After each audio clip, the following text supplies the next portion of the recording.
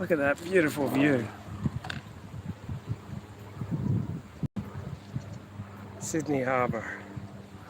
It's about 6 p.m. Been walking all day, but I'm going to miss this opportunity to warn you about the rise of semi-fascism. And semi-fascism, guys, it's all around us. Can't be too careful. South Florida has attracted a huge collection of professional conservatives with national aspirations, some of whom were drawn away from New York and Washington, D.C. during the pandemic, and almost all of whom gravitate not toward the former president in Palm Beach, but rather toward the state's governor, Ron DeSantis, the near-unanimous favorite 2024 presidential contender of both the movement and the party's establishment. The halls of the Miami... Okay, so this is Jonathan Chait writing in New York Magazine about the rise of a semi-fascist party, the Republicans in the United States. Semi-fascist, guys, you can't be too careful. Marriott were teeming with conservative networkers, and the panels were especially well-stocked with a class of once marginal right-wing pundits: Joshua Hammer, Sean Davis, Molly Hemingway, Michael Anton, David Reboy, who are far more in tune with the desires of the audience than the largely Trump-skeptical class of incumbent conservative columnists who still make appearances in the mainstream media. But the conference's speakers were not confined to the kind of insurgent figures who provide color at freak show events like CPAC or even previous iterations of the National Conservatism Conference. Quite the opposite. At times, the gathering had the flavor of a party convention. This year's roster included the presidential candidate favored by the party's establishment in 2016, Marco Rubio, who conspicuously included himself in the movement's ranks. Those of us who call ourselves national conservatives. It featured, in addition to DeSantis... Okay, I'll admit that that phrase national conservative sounds rather lame, but Marco Rubio's in this movement, guys. It must be semi-fascist. The head of the National Republican Senatorial Committee, Rick Scott. Josh Hall... Okay, Rick Scott's so incompetent. I don't think he could organize his way out of a paper bag. The junior senator from Missouri. The financier Peter Thiel, and several candidates for Congress. They were joined by some of the leading lights of the conservative intelligentsia, people who command large social media followings, head powerful think tanks, or have held influential positions in government. Rod Dreher, Christopher Demuth, John Yoo. Very scary, all these very powerful people. They're flirting with semi-fascism. Don't let this beautiful side of nature, lower your alarm levels. Yoram Hazony. We can overcome this together, guys. The conference was organized by the Edmund Burke Foundation and co-sponsored.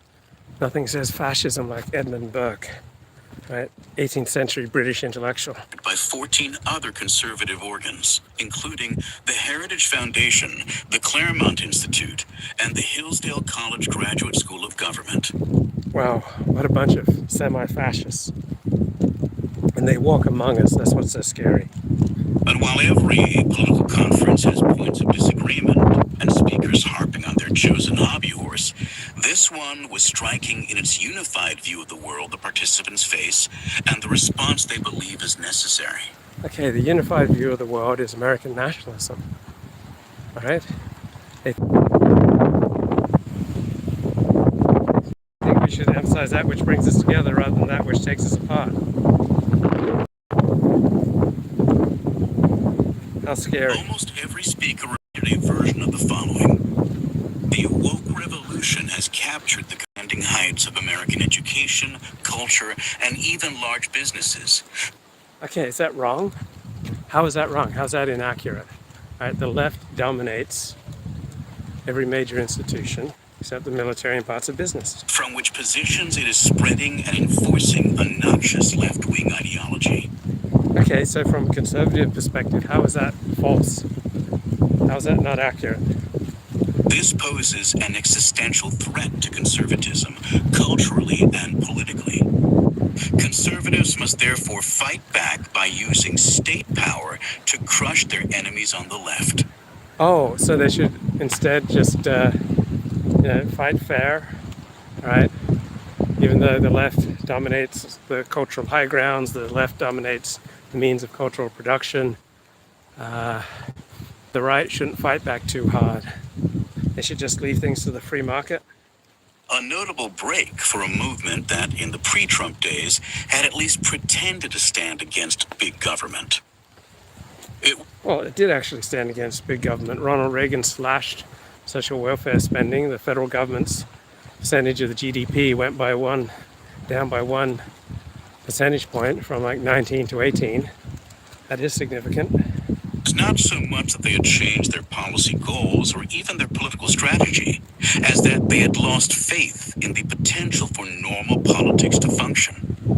Every one of them demanded extraordinary measures, what Trump has called iron-fisted rule. Okay, why are they demanding extraordinary measures? Because they see that no matter how often they win at the ballot box, right, such as Proposition 187, right, deny benefits to illegal aliens, that was struck down by the courts. So the right consistently wins at the ballot box, but keeps falling further behind. So yeah, it's probably time to rethink how you do things. The only alternative to political extinction. A few samples of the rhetoric from the stage give the overall flavor. Rachel Bovard, the Senior Director of Policy at the Conservative Partnership Institute. Wokeism is not a fever that will pass, but a cancer that must be eradicated, and the free market won't do it. She added that And how in is she this new wrong? reality, the only institution with the power to contend with and conquer the woke industrial complex is the government of the United States. Conservative lawyer and former Human Events publisher Will Chamberlain. We're not in a peaceful environment with the Democratic Party, and the key objective must now be the willingness to use government power to achieve conservative ends. Okay, so what was it that Obama's chief of staff said? Never let a crisis go to waste. Right? Both the left and the right try to use power to further, what they believe in. Why would you expect anything different? Senator Scott, the militant left wing in this country have become the enemy within. Hillsdale professor David Azarad. Imagine if we had a core of Republicans who were committed to defund and humiliate the institutional power sectors of the left. Okay, Two models for the emerging right-wing. so this isn't very nice, but I don't see what's so shocking. Yeah, there are enemies, there are profound disagreements, there are elements of the right that don't want to cede power to the left. State came up repeatedly. The first was the DeSantis governorship. Attendees were entranced by his war on the left, and Yeah, compared to Donald Trump, Ron DeSantis seems like a more competent chief executive. particularly admired his retaliation against Disney for having criticized his restrictions on LGBTQ plus discussions in schools, which critics call the Don't Say Gay law. DeSantis had had the guts to punish one of the state's most powerful firms, and, the conferees believed, shown how all of corporate America could be brought to heel. And why would people on the right not applaud that? It seems like an applause-winning action for people on the right. The other model was Orban's Hungary. One attendee came. So Viktor Orban and Hungary have resisted the great migration from the Middle East. Right? They have maintained their culture. They have not let in all these immigrants from Libya and Syria, places like that. Seems like a good thing to me. I'm away impressed with the seemingly ubiquitous Hungarians. I now have a copy of the latest issue of Hungarian Conservative. Now, I've let my subscription lapse to Hungarian Conservative, but I'm just curious, what's the latest? What's the latest issue of Hungarian Conservative all about? These Hungarians were greeted as liberators, and Orban's regime, which has taken control of the judiciary, the press, and the universities while using corruption to pressure major businesses to support the government, was the object of widespread envy. Ah, so the right should be happy that the left controls universities, the media, much of business, all the professions, parts of the military, schooling, NGOs, that the right should just simply be happy to cede that power to the left? The European Union recently voted to withhold funds to Hungary, which it has deemed no longer democratic. Well, if the European Union has decided that, who am I to argue for the European Union? Orban's American admirers see this response merely as confirmation that he is making the correct enemies. DeSantis's liberal critics have sometimes compared his methods to Orban's. Okay, so Viktor Orban and Ron DeSantis weren't effective. Do you think the left would be attacking them as much as they do? But at the conference, this comparison was invoked as praise. A DeSantis spoke. Well, Viktor Orban and Hungary resisted massive migration and massive numbers of illegal immigrants, right? Why would you not praise that? Why would you not be on board with that? Spokesperson pointed to Orban's regime as an inspiration. An Orban spokesperson pointed to DeSantis's government as affirmation of the Hungarian leader's actions. That Orban and DeSantis are both colorless functionaries ought to drive home the fact that this movement is not, as its critics often jeer, a personality cult. Right, it's not a personality cult. It's a reasonable, rational, even healthy response to the left consistently winning on the playing field, the left dominating the means of cultural production, the left dominating many of our institutions. Viktor Orban and Ron DeSantis are not these stunning personalities who just overwhelm you with their charisma. Many of the conference members retain an affection for Trump, but they are not hung up on him personally so much as they are mobilized to wage war on his enemies. Okay, we did not evolve to be stupid and gullible. We evolved to be very, very good at discerning other people trying to manipulate us. Right? So people aren't stupid when they support Donald Trump or Joe Biden. People are furthering their interests. The type of people who supported Hitler did so because he was in alignment with their own interests and values. People who genuinely supported Stalin did so because his way was aligned with their own interests and values. We did not evolve to be gullible. We weren't born yesterday. We've evolved very sophisticated means for detecting when other people are trying to manipulate us against our best interests. The appeal of semi-fascism in Hungary and its incipient version in Florida lies not. That is just hysterical, right? Viktor Orban, semi-fascism, and incipient fascism in Florida. I mean, Jonathan Chait makes some good responses, but he's not exactly being over particularly strong here.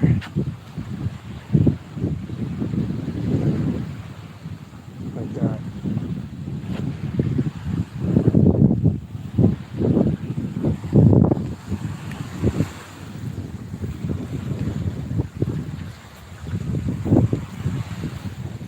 in the men, but in the systems they have built, which can be replicated. One apparent paradox of this movement is that even as it labels its political rivals as domestic enemies and dreams of using the power of the state to humiliate and destroy them, it does not view itself as authoritarian. okay, I had to make some very awkward editing decisions there. Very awkward move the camera away. I didn't realize I was walking past a nude beach. Alright, just trying to make a live stream, and there's suddenly a naked dude showing up on the beach. I mean, this is high quality family entertainment, and the whole family can gather around, enjoy these quality live streams. Right? Let's try to keep the nudity to a minimum, guys. Seen from the inside, fascist movements historically feel encircled and vulnerable.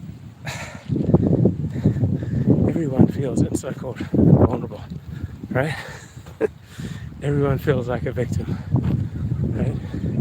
There's no one who doesn't feel like a victim. Like all forms of group identity, contain a substantial element of victimhood, right? If you're strongly identifying as Jewish or Christian or black or white, Irish, English, you remember how your people were oppressed and harmed by outsiders, and that contributes to your in-group identity. Right? There's nothing fascist about feeling encircled and oppressed. There's a function or group identity of which I'm aware. Like I grew up a Seventh-day Adventist, and that was the group identity many people had there. Right? That we were being persecuted. Right? Catholics feel persecuted, Protestants feel persecuted, Jews feel persecuted. Everyone feels persecuted. And the same holds true for today's semi-fascist right. What's more, their sense of weakness is not always a matter of pure imagination. It is true that social values around race and gender have moved leftward since Barack Obama's second term. It's true. Yeah, the left has increasing control of the means of cultural production. That's what's going on. True that the mainstream media treats claims by Republicans more skeptically than it has in the past. And it is also true that popular culture and corporate America have reviled Donald Trump. Yeah, that is true. All right, so the right is not content to just lie back and take it. The right is not content to just keep on losing. Survive against an ever onrushing left.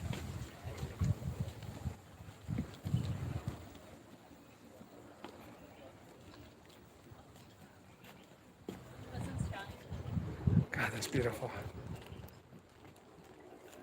Sydney Harbour. Wait, why do you have a boat? You bought it. This is the heritage track. But Wow. from these isolated strands, Here in this article that heritage is a code word for fascist. So this is the fascist track that I'm on right now. Heritage is code word for fascist. I read it in New York Magazine. Jonathan Kidd told me so.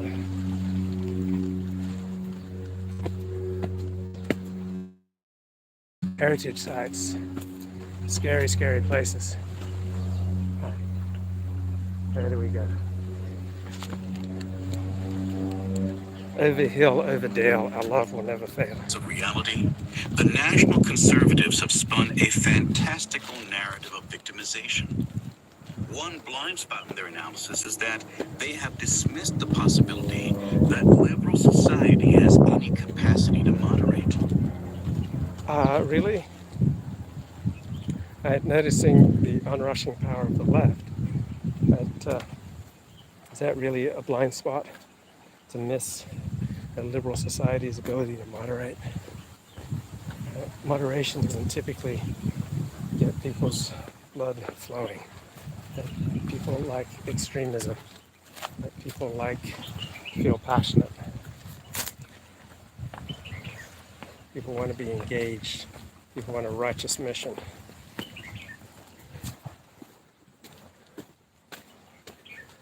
People want a crusade, a jihad.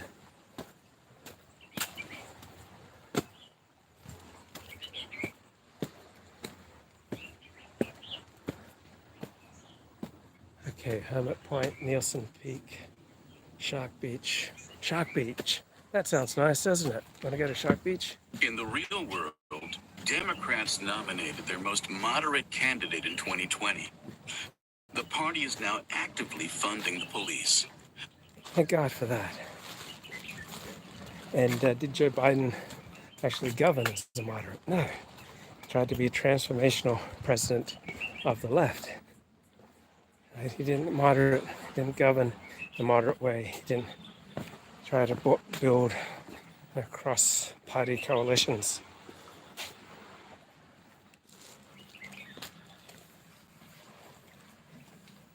Thanks, mate.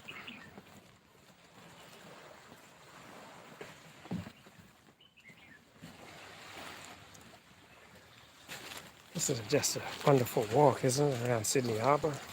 And the New York Times op-ed page publishes regular columns denouncing cancel culture, developments that the National Conservatives' rhetoric presumed impossible.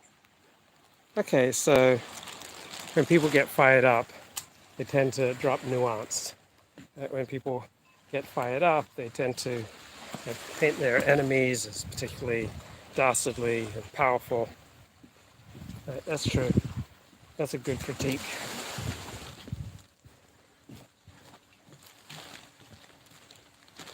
Instead, they have looked at the angry atmosphere of the post-George Floyd protests as the starting point of a social revolution that they fear will only accelerate. Well, that was a very scary time, and it kicked off an enormous increase in murder rates and other forms of crime. So it makes sense to me that professional conservatives would be particularly alarmed about the post-George Floyd era and all the left-wing rhetoric about defunding the police, and the media and our national elite saying that police are just being too assertive and aggressive. Right? We need them to calm down. Right? We need them to back off. And we need them to allow more illegal behavior. We shouldn't arrest people. We shouldn't be writing so many tickets.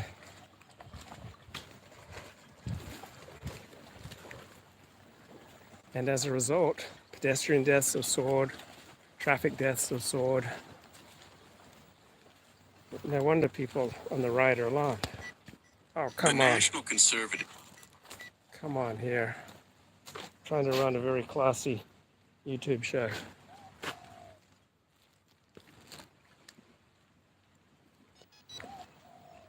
Okay. There we go. So both the left and the right tend to paint caricatures of each other. I agree. Okay, to be continued.